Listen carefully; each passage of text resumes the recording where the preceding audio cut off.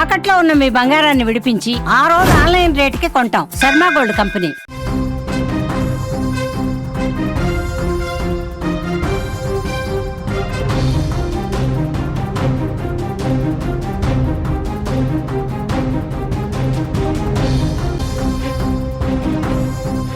ధర్మస్థలి 100 శవాల కథలో 6వ స్పాట్లో 2 అస్థిపంజరాలు దొరికిన తర్వాత అనేక ప్రశ్నలు తెరపైకి వస్తున్నాయి. ఈ ప్రశ్నలు ముందు ఆ ప్రశ్నలకి సమాధానం వెతికే పనిలో పడింది సిట్.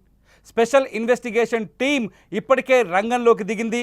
ఏదైతే 2 పుర్రెలు బకెట్లలో వేసుకున్నారో ఆ బకెట్లలో మీరు సీన్లో చూడొచ్చు, బకెట్లలో 2 పుర్రెలు వేశారు. 2 బకెట్లు మీకు కనిపిస్తున్నాయి. సుమన్ టీవీ ఎక్స్క్లూజివ్గా మీకు అందిస్తున్న విజువల్ ఇది.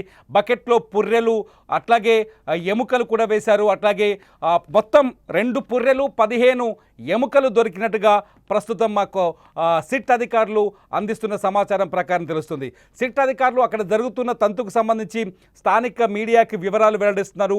కొద్దిసేపటి క్రితమే 6వ ప్లేస్లో 2 పుర్రెలు అట్లాగే 15 ఎముకలు దొరికాయని చెప్పారు. ఇవి మనుషుల కళేబరాలని కూడా కన్ఫామ్ అయ్యాయి. అయితే ఆడ మగ అంటే అక్కడున్న ఎవరైతే సాక్షి ఉన్నాడో, గతంలో తానే ఇక్కడ శవాలని పాతిపెట్టాను అని చెప్పిన వ్యక్తి ఉన్నాడు. అతను చాలా స్పష్టంగా చెబుతున్నాడు ఈ 2 పుర్రెలు మహిళలవే, 35 ఏళ్ల లోపున్న 2 మహిళలకు సంబంధించిన పుర్రెలు అని అతను చెబుతున్నట్టుగా మనకు సమాచారం అందుతుంది. ఈ ప్లేస్లో, ఈ 6వ ప్లేస్లో శవాలని పాతిపెట్టేటప్పుడు ఎవరైతే ఈ సాక్షి తాను 100కు పైగా శవాల్ని పాతిపెట్టానని బెల్తంగడి పోలీసుల అదుపులో ఉండి చెప్తున్నాడో ఈ వ్యక్తి ఈ తవ్వకాలు జరిగేటప్పుడు కూడా కొంత సమాచారం సిట్ అధికారులకు పోలీసులకు అందిస్తున్నారు. మొత్తం 15 మంది కార్మికులు అక్కడ పనిచేస్తున్నారు. అట్లాగే దాదాపు ఒక 30 మంది పోలీసులు ఉన్నారు. అట్లాగే కేఎంసీకి ఆసుపత్రికి సంబంధించిన వైద్యుల బృందం ఉంది అక్కడ. అట్లాగే ఎఫ్ఎల్సి టీం కూడా అక్కడే ఉంది. అట్లాగే లోకల్ వైద్యులు ఉన్నారు, రెవెన్యూ అధికారులు ఉన్నారు. వీళ్ళందరి సమక్షంలో అక్కడ తవ్వకాలు జరుగుతున్నాయి. తవ్వే ప్రతి ఎముకని పక్కనే ఒక నదిలోంచి ఒక వాటర్ మోటార్ పెట్టారు. ఆ వాటర్ మోటార్ ద్వారా కడిగి ఆ ఎముకల్ని బకెట్లలో, ముందు పుర్రెల్ని బకెట్లలో పెట్టారు. అట్లాగే ఎముకల్ని 15 ఎముకల్ని బ్యాగులో పెట్టి అక్కడి నుంచి ఎఫ్ఎస్ఎల్ టీమ్కి హ్యాండ్ ఓవర్ చేశారు. ఆల్రెడీ వాళ్ళు చెప్తున్నాడు సాక్షి ఈ శవాలు 35 ఏళ్ల వయసు లోపున్న మహిళలవని చెప్తున్నాడు. ఆ మహిళల శవాల్ని పాతిపెట్టేటప్పుడు తనతో పాటు ఒక రిటైర్డ్ పోలీస్ అధికారి ఉన్నాడని కూడా చెప్తున్నాడు. ఆ రిటైర్డ్ పోలీస్ అధికారి ఎవరు అనేది ఇప్పుడు అతిపెద్ద ప్రశ్నగా మారుతోంది. అంటే హత్యలు జరిగిన తర్వాత సహజంగానే మనం అనుకోవచ్చు, ఒక వ్యక్తి ఒక శవాన్ని ఒంటరిగా పాతిపెట్టే ఛాన్సెసే ఉండవు. నిజంగా హత్య చేసిన శవం అయితే ఖచ్చితంగా ఆ వ్యక్తికి 100కు పైగా శవాలు అప్పచెప్పి తీసుకెళ్ళి ఒక్కరినే పాతిపెట్టమని ఎవరు చెప్పరు. అతనికి ఎవరో ఒకరు సహాయం చేసి ఉంటారు కదా అనే ప్రశ్న మొదటి నుంచి ఉత్పన్నమవుతుంది. ఈ నేపథ్యంలో ఇవాళ ఉదయం 11 గంటల 15 నిమిషాలకి బెల్తంగడి అంటే ధర్మస్థలికి దగ్గరగా ఉన్న రెవెన్యూ కార్యాలయం, రెవెన్యూ ప్లేస్ అది, అక్కడే దక్షిణ కన్నడ జిల్లాకు సంబంధించిన పాలక వర్గం ఉంటుంది. బెల్తంగడి నుంచి అతను ఉదయం అతన్ని 11 గంటల 14 నిమిషాలకి ఏదైతే నేత్రావతి నదీ తీరం ఉందో, నదీ తీరం ఉన్న 6వ స్పాట్కి తీసుకొచ్చారు. 11 గంటల 14 నిమిషాల నుంచి 1 గంట 30 నిమిషాల వరకు 6వ స్పాట్లో తవ్వకాలు జరిపారు. ఈ 1 గంట 30 నిమిషాల లోపే వాళ్ళకి 2 అస్థిపంజరాలు దొరికాయి. ఆ 2 అస్థిపంజరాలు 2 మహిళలవని చెప్తున్నాడు. 35 ఏళ్ల కంటే వయస్సు తక్కువగా ఉన్న వాళ్ళు అని అతను చెప్తున్నాడు. శవాలని పాతిపెట్టేటప్పుడు ఒక రిటైర్డ్ పోలీస్ అధికారి తనతో ఉన్నాడని చెప్తున్నాడు. ఆ రిటైర్డ్ పోలీస్ అధికారి ఎవరు అనే వివరాలు కూడా సిట్ అధికారులకు అందజేసినట్టుగా తెలుస్తోంది. దీంతో ఎప్పుడైతే డెడ్ బాడీస్ దొరికాయో సిట్ చాలా యాక్టివేట్ అయింది. అక్కడ మీకు డాగ్ స్క్వాడ్ కూడా చూస్తున్నారు. సిట్ చాలా యాక్టివేట్ అయింది. యాక్టివేట్ అయిన సిట్ విచారణని మరింత వేగవంతం చేసింది. సిట్లో కొత్తగా ప్రభుత్వం కొద్దిసేపటి క్రితమే కర్ణాటక ప్రభుత్వం మరొక 20 మంది సిబ్బందిని చేర్చింది.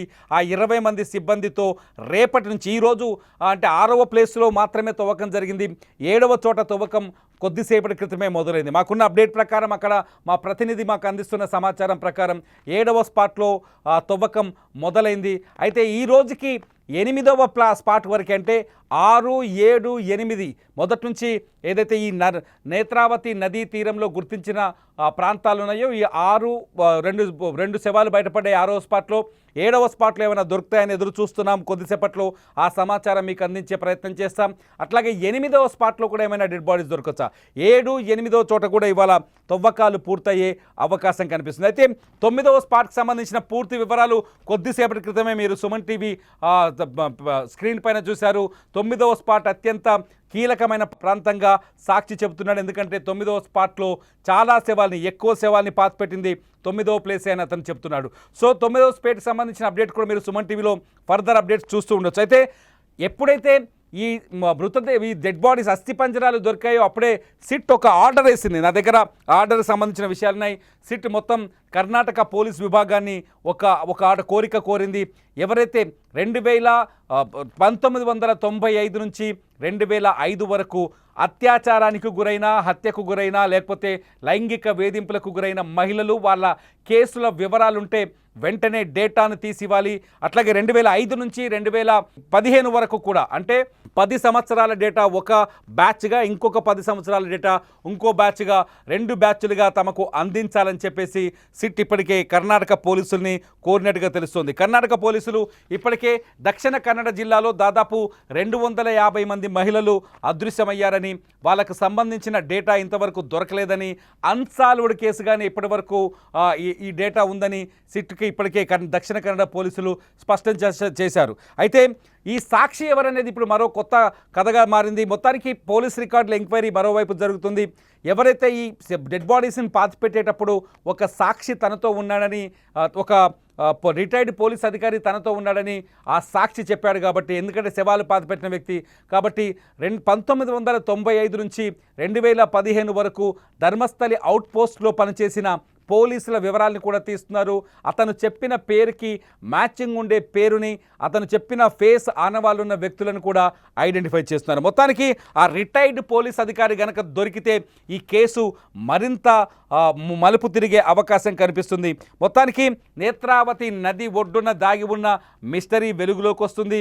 నేత్రావతి నది ఒడ్డున మొత్తం 8 స్థానాల్లో ఈ వ్యక్తి శవాల్ని పాతిపెట్టడుగా పోలీసులకు చూపించారు. ఆ 8 స్థానాల్లో ఇవాళ ఉదయం నుంచే మీరు స్క్రీన్లో చూస్తున్నారు. నా పక్కన బాక్స్లో కనిపిస్తున్న విజువల్స్లో ఇవాళ ఉదయం నుంచి నిన్న 5 స్థానాల్లో తవ్వకాలు జరిగాయి. నేత్రావతి నది జలాలు కనిపిస్తున్నాయి. నేత్రావతి నదిలో ఒక అటవీ ప్రాంతం, ఒకవైపు నది రోడ్డు వైపు ఉండి కెమెరామెన్లంతా రికార్డ్ చేస్తున్నాం. మా కెమెరా టీం ఇక్కడే ఉంది. అవతల వైపు, రోడ్డుకు అవతల వైపు రికార్డింగ్ తవ్వకాలు జరుగుతున్నాయి. అయితే ఇక్కడ ఇంకొక వాదన మొదటి నుంచి ఉదయం నుంచి వినిపిస్తుంది. అనాథ శవాలు, ధర్మస్థలానికి వచ్చిన వాళ్ళు చాలామంది ఇక్కడ అనాథలుగా చనిపోతారు, అటువంటి వాళ్ళ శవాల్ని పాతిపెట్టిన సందర్భాలు ఉన్నాయంటూ ధర్మస్థలికి సంబంధించిన మాజీ అధికారి కేశవ గౌడ అంటే ఆయన ఒక ప్రకటన చేశారు. అయితే ఆ అనాథ శవాల్ని అడవిలో పాతిపెట్టాల్సిన అవసరం ఏముందనేది ఇప్పుడు అతిపెద్ద ప్రశ్న. సాక్షి చెబుతున్నాడు ఆ శవాన్ని పాతిపెట్టింది నేనే, ఆ మహిళల శవాలు అది పాతేటప్పుడు నాతో పాటు ఒక పోలీస్ అధికారి ఉన్నాడని చెప్తున్నాడు. కానీ అక్కడున్న ధర్మస్థల అధికారులు మాత్రం అవి అనాథ శవాలు, ఇక్కడ తమ అంతిమ జీవితాన్ని గడిపేందుకు వచ్చిన వాళ్ళు ఇక్కడ ప్రాణాలు వదిలేస్తారు, కైలాసంలో పోతామనే నమ్మకంతో ఇక్కడికి వచ్చుంటారు, అటువంటి వాళ్ళ శవాలని వాళ్ళు చెప్తున్నారు. ఈ వాదనల మధ్యలో పోలీసులు మాత్రం సైంటిఫిక్ ఎవిడెన్స్ని కవర్ చేస్తున్నారు. పోలీసులు మాత్రం సైంటిఫిక్ ఎవిడెన్స్ని తీస్తున్నారు. ప్రతి ఎముకని, ప్రతి పుర్రెని, ప్రతి ఎముకని ఎఫ్ఎస్ఎల్కి పంపించి ఇవి ఎప్పుడు హత్యకు గురైనాయి, ఏ సమయంలో పాతిపెట్టాయి, వాటి టైమింగ్ ఏంటి, ఇవన్నీ కూడా ఎఫ్ఎస్ఎల్ రిపోర్ట్లో, ఫోరెన్సిక్ ల్యాబ్ రిపోర్ట్లో స్పష్టంగా వచ్చే అవకాశం కనిపిస్తుంది. ఫోరెన్సిక్ రిపోర్ట్ ఆధారంగా ఈ కేసు మరింత లోతుగా విచారణకు వెళ్ళే అవకాశం కనిపిస్తుంది. అయితే ఈ పాతిపెట్టిన వాళ్ళంతా ఈ రెండు పుర్రెలు ఎవరివి, వీళ్ళ ఆధారాలేంటి, ఏ వయసు వాళ్ళు, ఏ రోజు హత్యకు గురయ్యారు, వాళ్ళపైన అఘాయిత్యం జరిగిందా, నిజంగా రేప్ చేసి మర్డర్ చేశారా, ఇవన్నీ ఇప్పుడు తేలాల్సిన అవసరం ఏర్పడుతుంది. అంతేకాదు ఈ పుర్రెలు దొరకడంతో ఒక్కసారిగా ధర్మస్థలలో పరిస్థితులు మారిపోయాయి. ధర్మస్థల ఒక శైవ పుణ్యక్షేత్రం.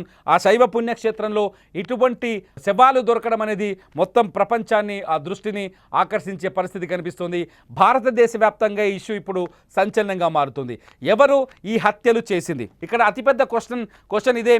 ఈ హత్యలు చేసింది ఎవరు? అతను చెప్తున్నాడు ధర్మస్థలలో చాలా వంతమైన వ్యక్తులు, ఆ వ్యక్తుల పేర్లు అతను బయట పెట్టదలుచుకోలేదు. ధర్మస్థలని ప్రభావితం చేయగలిగే వ్యక్తులే ఈ శవాల్ని తనకు అప్పగించి ఖననం చేయమని, కొన్ని శవాల్ని తగలబెట్టమని డీజిల్ పోసి, మరికొన్ని శవాల్ని నదీ పరివాహక ప్రాంతాల్లో పూడి చేయమని చెప్పినట్టుగా తను చెప్తున్నాడు. తను దాదాపు 300కు పైగా మహిళలు ఇక్కడ హత్యకు గురయ్యారు, అత్యాచారానికి గురయ్యారని చెబుతూనే తనే దాదాపు 100కు పైగా శవాల్ని పాతిపెట్టానని చెప్తున్నాడు. అతని మాటల్లో వాస్తవికత లేదు అనే వాదన బలంగా వినిపిస్తోంది ధర్మస్థలలో. అక్కడి ప్రజలు ఈ సాక్షి మాటల్ని పూర్తి స్థాయిలో వ్యతిరేకిస్తున్నారు. ఆ ధర్మస్థల ప్రజల గొంతును కూడా గతంలో మీరు సుమన్ టీవీలో వాళ్ళ వాయిస్ను కూడా వినొచ్చు. కన్నడ భాషలో మాట్లాడిన వాళ్ళ వాదనను కూడా మేము రికార్డ్ చేసి సుమన్ టీవీలో మీకు అందుబాటులో ఉంచాం. అయితే ఇప్పుడు కూడా వాళ్ళు అదే వాదనకు కట్టుబడి ఉన్నారు. సిట్ వేయటం వల్ల ఇక్కడ జరిగిన వాస్తవాలకు సంబంధించిన పూర్తి వివరాలు వెలుగులోకి వస్తాయి. అవి ఎట్టి పరిస్థితుల్లో మనకు ధర్మస్థల ప్రాశస్త్యాన్ని పెంచే విధంగా ఉంటాయి.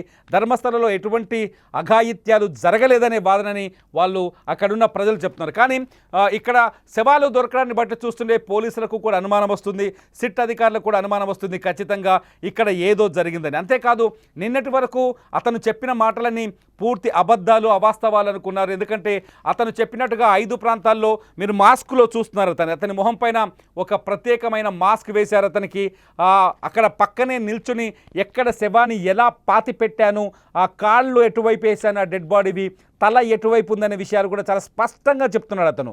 ఇక్కడే నేను పాతిపెట్టాను, ఇక్కడ 2 మహిళల శవాల్ని పాతిపెట్టాను, లేకపోతే చాలా శవాల్ని పాతిపెట్టాననే విషయాన్ని అతను చెప్తున్నాడు. ఇతను చెప్పిన దాన్ని బట్టి చూస్తేనే 9వ స్పాట్ పైన భయంకరమైన అక్కడ అవశేషాలు దొరుకుతాయి. తను చెప్పిన మొత్తం 15 స్పాట్లలో 9వ స్పాట్ దగ్గర భయంకరమైన అవశేషాలు దొరుకుతాయని చెప్తున్నాడు. ఇదంతా చూస్తుంటే ఇది కట్టుకథ కాదు అని ఒకవైపు సందేహం కలుగుతోంది. ఇక్కడ ఏదో అఘాయిత్యము, జరగరాని ఘోరం జరిగిందనే సందేహం కలుగుతుంది. అంతేకాదు ఈ డెడ్ బాడీస్ అక్కడ చూడండి ఒకసారి, ఈ విజువల్లో మనం స్పష్టంగా చూడొచ్చు. పుర్రెల్ని, ఎముకల్ని ప్యాక్ చేసి ఎల్లో కలర్ బ్యాగ్లో వేస్తున్న విజువల్స్ చూడొచ్చు. మా దగ్గర బకెట్లో పుర్రెల్ని పెట్టిన బకెట్ల విజువల్స్ కూడా ఉన్నాయి. సేకరించిన మట్టిని ఎఫ్ఎస్ఎల్ అంటే దొరికిన అస్థిపంజరాల్ని ఎఫ్ఎస్ఎల్కి ఇస్తున్న విజువల్స్ మీకు కనిపిస్తున్నాయి. ఇవంతా చూస్తుంటే ఖచ్చితంగా ఇక్కడ దారుణం జరిగిందని, ఈ దారుణం పైన పూర్తి స్థాయి విచారణ జరగాలనే చర్చ మాత్రం మొదలైంది. ప్రస్తుతం ఇప్పటికున్న అప్డేట్ ప్రకారం ధర్మస్థలిలో 7వ ప్లేస్లో 7th ప్లేస్లో తవ్వకాలు జరుగుతున్నాయి. మరి కాసేపట్లో 7th ప్లేస్లో ఏం బయటికి వెళ్ళబోతుందో మేము మీకు అందించబోతున్నాం. మరి కాసేపట్లో 7వ స్థానంలో 7వ స్పాట్లో ఏమైనా డెడ్ బాడీస్ దొరుకుతాయా, 7వ స్పాట్లో ఏం దొరకబోతున్నాయనే విషయాన్ని కూడా మీకు అందిస్తాం. అయితే 6వ ప్లేస్లో డెడ్ బాడీ దొరకడంతో సిట్ మరొక ఆలోచన కూడా చేస్తున్నట్టుగా తెలుస్తుంది. మిగతా ఇంత ముందుకు తవ్విన 1 నుంచి 5వ ప్లేస్ వరకు మనం కొంత మట్టిని కానీ అక్కడ దొరికిన కొంత వ్యవహారాలని కానీ మరోసారి పరిశీలించాల్సిన అవసరం ఉందని సిట్ ఆలోచిస్తున్నట్టుగా కొంత సమాచారం అందుతోంది. ఇదిలా ఉంటే మొదటి రోజు ఫస్ట్ స్పాట్లో ఒక పాన్ కార్డు, ఒక మహిళ డెబిట్ కార్డు దొరికాయి. అయితే ఆ పాన్ కార్డు దొరికిన వ్యక్తి 2025లోనే కామెర్ల వ్యాధితో చనిపోయినట్టుగా నిర్ధారణ చేశారు లోకల్ పోలీస్ అధికారి. అతను చనిపోయింది 2025లో అని చెప్పడంతో అతని మరణానికి ఈ ప్రస్తుతం కొనసాగుతున్న విచారణకి ఎటువంటి సంబంధం లేదనే క్లారిటీ వచ్చింది. అయితే డెబిట్ కార్డు ఎవరిదా, మహిళది అనేది ఆసక్తి ఏర్పడింది. ఆ మహిళ డెబిట్ కార్డు ఎక్కడిది అని. అయితే ఆ మహిళ డెబిట్ కార్డు కూడా రూపీ కార్డు అనే క్లారిటీ వస్తుంది. రూపీ కార్డు ఉన్న మహిళ అంటే ఈ మధ్య కాలంలోనే గడిచిన 3-4 ఏళ్ల క్రితం నుంచే రూపీ కార్డు అందుబాటులోకి వచ్చినప్పుడు ఆ మహిళ రూపీ డెబిట్ కార్డును తీసుకున్నట్టుగా అర్థమవుతుంది. అయితే ఆ మహిళ హత్యకు గురైందా, ఆ మహిళ వివరాలు ఏంటనేది ఇంకా పోలీసులు ప్రకటించాల్సి ఉంది. వాళ్ళ విచారణ చేస్తున్నట్టుగా తెలుస్తుంది. ఏది ఏమైనా ధర్మస్థలిలో మరణాలు, ధర్మస్థలిలో అదృశ్యమైన కేసులు, ధర్మస్థలిలో అఘాయిత్యాలకు గురైన సందర్భాలు, సౌజన్య కావచ్చు, అనన్య కావచ్చు. సౌజన్య ఒక విద్యార్థిని, అనన్య మరొక MBBS డాక్టర్. సౌజన్య అత్యాచారానికి గురై హత్యకు గురైంది. అనన్య ధర్మస్థలికి విజిట్ చేసి ఆమె అదృశ్యమైంది. ఈ మిస్టరీలు ఇలా కొనసాగుతున్న తరుణంలో ఇప్పుడు పుర్రెలు దొరకడం, 2 మహిళలకు సంబంధించిన పుర్రెలని అక్కడున్న సాక్షి చెప్పడం, అవి ఖచ్చితంగా ధర్మస్థలలో తను పాతిపెట్టిన పుర్రెలే అని, ఆ 15 ఎముకలు కూడా తను పాతిపెట్టినవి అని చెప్పడం, ఇవన్నీ చూస్తుంటే ఏదో జరగబోతుంది, చాలా పెద్ద మిస్టరీ బయటికి రాబోతుందని అర్థమవుతుంది. మీరేమనుకుంటున్నారు? ధర్మస్థలలో మీరు ఓట్ చేయొచ్చు, మీకు కామెంట్ చేయొచ్చు. మీ కామెంట్స్ను కూడా చదివి వినిపించే ప్రయత్నం చేస్తాం. మేము ధర్మస్థలిలో ఏం జరుగుతుందని మీరు అనుకుంటున్నారు? మీరు ఖచ్చితంగా మీ అభిప్రాయాన్ని ఈ వీడియో కింద షేర్ చేయండి. ధర్మస్థలికి సంబంధించిన పూర్తి అప్డేట్స్ని సుమన్ టీవీ స్క్రీన్లో మీరు ప్రతి గంటకి అప్డేట్ వీడియోని చూడొచ్చు.